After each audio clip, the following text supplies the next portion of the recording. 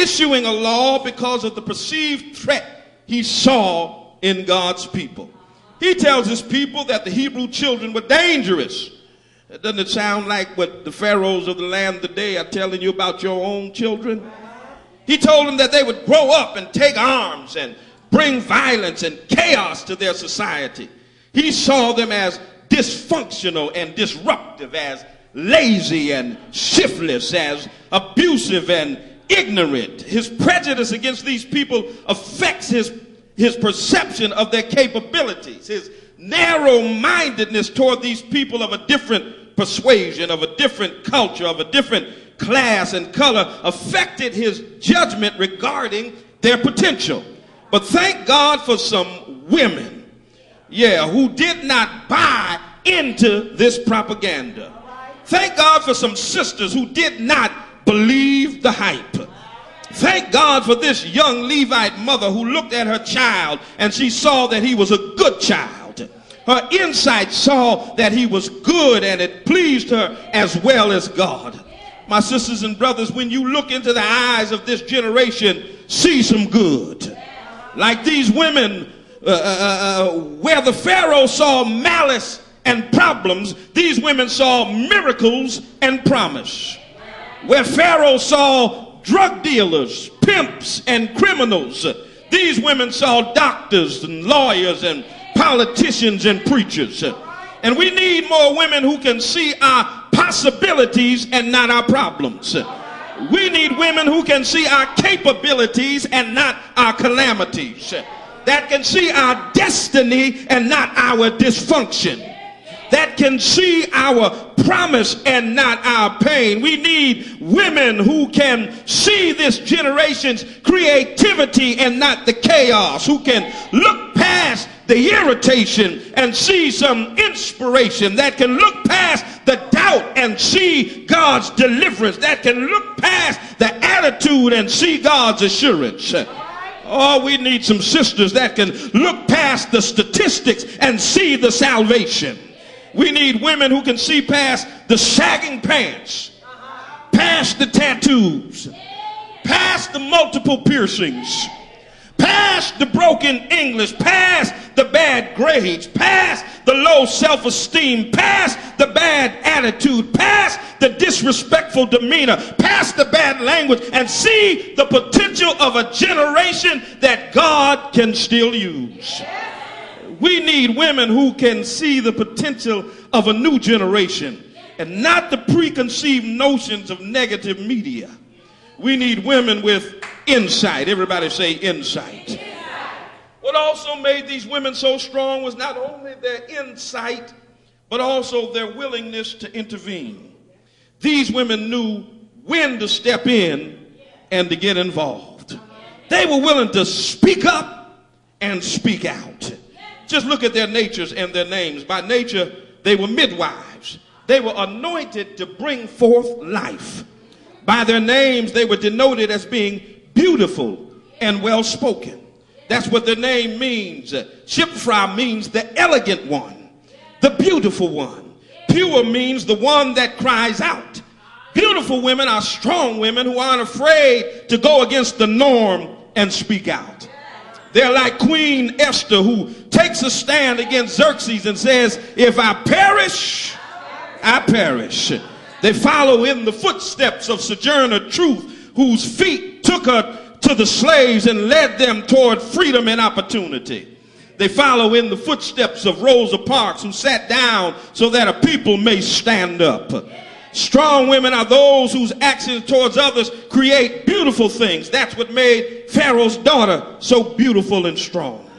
That's what brought out the queen in her.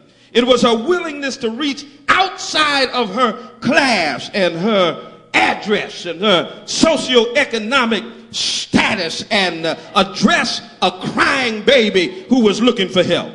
What made her so beautiful was not her looks, but her love. What made her elegant was not her economic status, but her empathy for humanity. It wasn't the cosmetics on her face, but the content of her character. It wasn't the curves of her body, but the brightness of her conscience. Brothers and sisters, I submit to you that real beauty can't be bought, but real beauty radiates from the inside. You can't get it from Mary Kay. You can't get it from Maybelline. You can't get it from Avon. You can't get it from Calvin Klein or Donna Karan or Michael Kors. It doesn't come from St. John or Evan Picone or Ralph Lauren or DKNY or AT&T Anya. Am I in the right house? If I hit your designer yet. Real beauty comes from doing good rather than looking good. And when you do good, you look good. Oh, you ought to tell somebody, when you do good, you look good. That's what made this princess of the Nile a queen in heaven. Although she was wealthy and powerful, she was not bougie and egotistical. She wasn't what I call bougetto. That's a combination of bougie and ghetto. But that's another sermon. Y'all know folk who are bougie and ghetto. Y'all looking at me strange here. Just as hood as they can be, but trying to be bougie at the same time. All right, let me get on with this. Although she lived in a palace, she was still willing to open her doors for others. That's what we need in our community. Women who are willing to use their clout and compassion to help those that are in crisis. We need women who have keys to the executive bathroom but are willing to reach out to those that are still working in the kitchen and scrubbing the floors. A strong woman shows her beauty when she is willing to intervene out of compassion and help those that are in need. Finally, what makes you so strong is your involvement. Yes, what amazes me about this story is not only the fact that Pharaoh's daughter took pity on this Hebrew baby, but her decision to help the Levite mother by paying her to nurse this baby. This woman got paid to take care of her own child. Come on, somebody. What amazes me is her willingness to take this child and treat him as if he were her own. She got involved. Oh, I tell you, the world would be a much better place if we had more women of virtue who were willing to collectively treat other children as their own. I wish somebody would help me in here.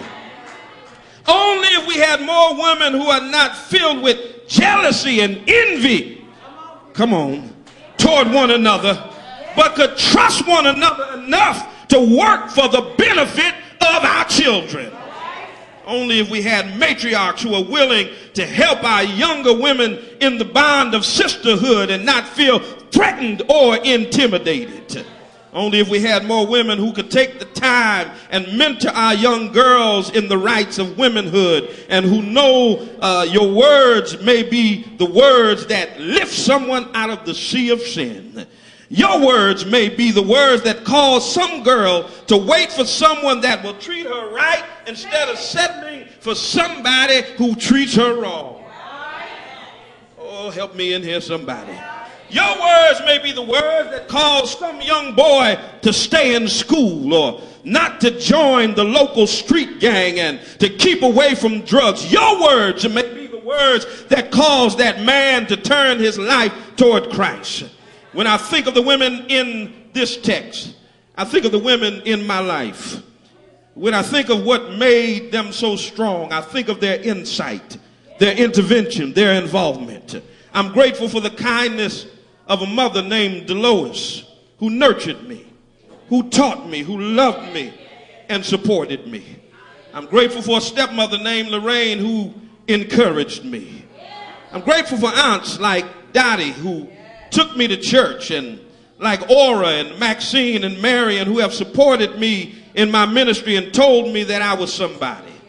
I'm grateful for grandmothers Sally and Alice who spoke into my destiny and let me know that I was going places and that I would do great things one day. I'm grateful for teachers who used their insight and saw past the timid and shy nature of a young boy and said, boy, you better open your mouth. I'm grateful for sisters like Rhonda and Frida and Nikki who believed in me in spite of my mistakes.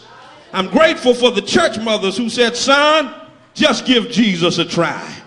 When I think about the women in my life, I think about strong women. I think about beautiful women. I think about godly women who use their insight to intervene and to become involved to make the world a better place.